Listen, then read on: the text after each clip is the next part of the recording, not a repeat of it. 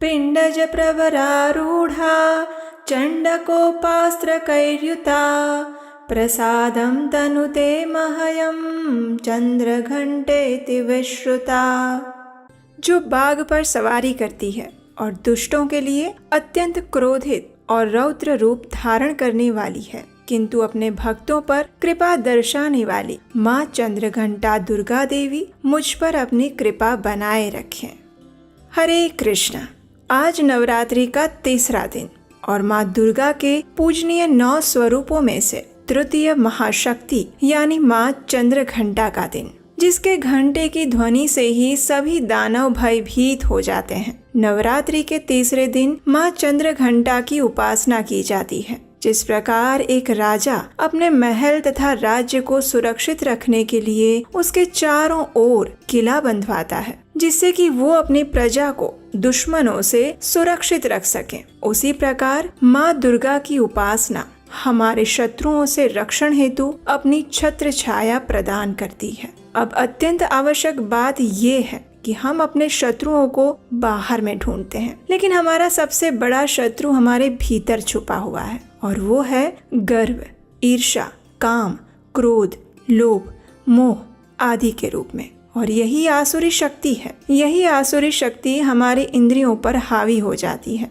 और जब हम नवरात्रि के पावन दिनों में माँ दुर्गा का आवाहन करते हैं और शुद्ध हृदय से माँ की भक्ति करते हैं, तो हमारे भीतर छिपी दैवी शक्ति का विकास होता है, यानी हम अपने आध्यात्मिक जीवन में अग्रसर होते हैं और मनुष्य के भीतर छुपी आसुरी शक्ति का नाश हो जाता है। तो चलिए आज नवरात्रि के तीसरे दिन हम माँ चंद्रघंटा की पावन कथा का श्रवण करते हैं। पौराणिक कथा अनुसार माँ दुर्गा का पहला रूप माँ शैलपुत्री और दूसरा माँ ब्रह्मचारिणी है, जो भगवान शंकर को पति रूप में प्राप्त करने के लिए धारण करती हैं। जब माँ ब्रह्मचारिणी भगवान शिव को पति रूप में प्राप्त कर लेती हैं, तब वे आदि शक्ति के रूप में प्रकट होती हैं और देवताओं को अपना अधिकार वापस दिलाने के लिए चंद्रघंटा का स्वरूप धारण करती हैं। जब महिषासुर नामक राक्षस का अत्याचार बढ़ने लगा था और ब्रह्मा जी से वरदान पाकर वो अत्यंत बलशाली हो गया, उसने स्वर्ग पर आक्रमण कर दिया। युद्ध में सभी देवताओं को हराकर उसने स्वर्ग छीन लिया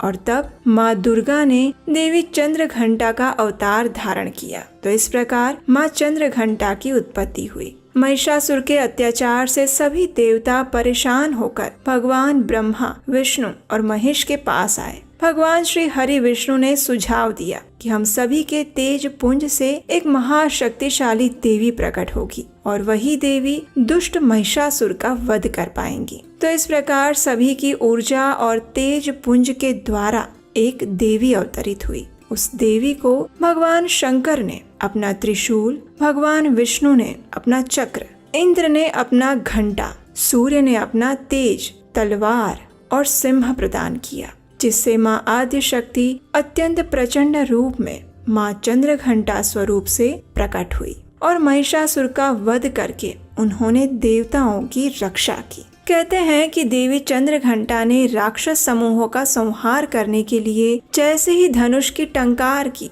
तो उसकी ध्वनि गगन में गूंजने लगी और उसी समय माँ के वाहन सिंह ने भी दहाड़ना आरंभ कर दिया। माता ने फिर घंटे की आवाज से उस ध्वनि को और बढ़ा दिया। धनुष की टंकार, सिंह की दहाड़ और घंटे की ध्वनि से संपूर्ण दिशाएं गूंजने लगी। उस भयंकर शब्द और अपने प्रताप से देवी दुर्गा ने दैत्य समूहों का संहार कर दिया और विजय प्राप्त की। माँ चंद्रघंटा असुरों के विनाश हेतु माँ दुर्गा के तृतीय रूप में अवतरित हुई हैं, जो भयंकर दैत्य सेनाओं का संहार करके देवताओं को उनका भाग दिलाती है। माँ चंद्रघंटा भक्तों को वांछित फल प्रदान करती है। वे संपूर्ण जगत की पीड़ा का नाश करने वाली है, जिससे समस्त शास्त्रों का ज्ञान होता है। वो मेधा शक्ति स्वयं माँ दुर्गा है। माँ दुर्गा भव सागर से पार उतारने वाली देवी है। इनका मुख मंद मुस्कान से सुशोभित,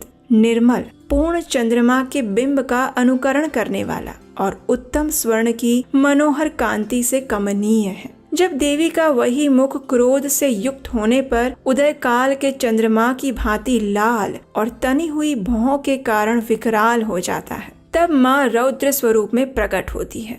माँ का स्वरूप रौद्र के साथ सौम्य भी है। परमात्मा स्वरूपा के प्रसन्न होने पर इस जगत का अभ्युदय होता है और क्रोध में भर जाने पर तत्काल ही कितने ही कुलों का सर्वनाश हो जाता है। उनकी उपासना से हम समस्त सांसारिक कष्टों से मुक्त होकर सहज ही परम पद के अधिकारी बन सकते हैं। इसलिए हमें निरंतर उनके पवित्र विग्रह को ध्यान में रखते हुए साधना की ओर अग्रसर होने का प्रयास करना चाहिए। उनकी आराधना इस लोक और परलोक दोनों के लिए परम कल्याणकारी और सद्गति देने वाली है। तो आइए अब हम देखते हैं कि माँ चंद्रघंटा की पूजा आराधना कैसे करनी चाहिए। इस दिन ब्रह्म मुहूर्त में उठकर स्नान आदि करने के बाद पूजा स्थान पर गंगाजल छिड़के, फिर माँ चंद्रघंटा का ध्यान करें, उनके समक्ष दीपक प्रज्वलित करें।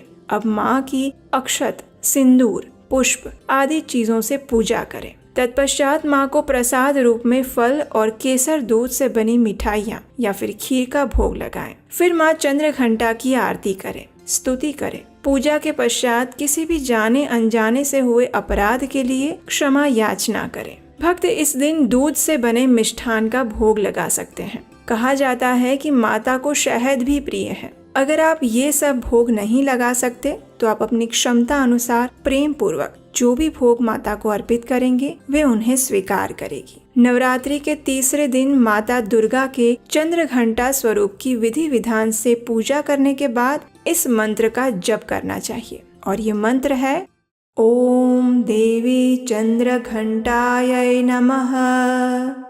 माँ चंद्रघंटा का ध्यान करने के लिए आप इस दूसरे मंत्र का भी उपयोग कर सकते हैं।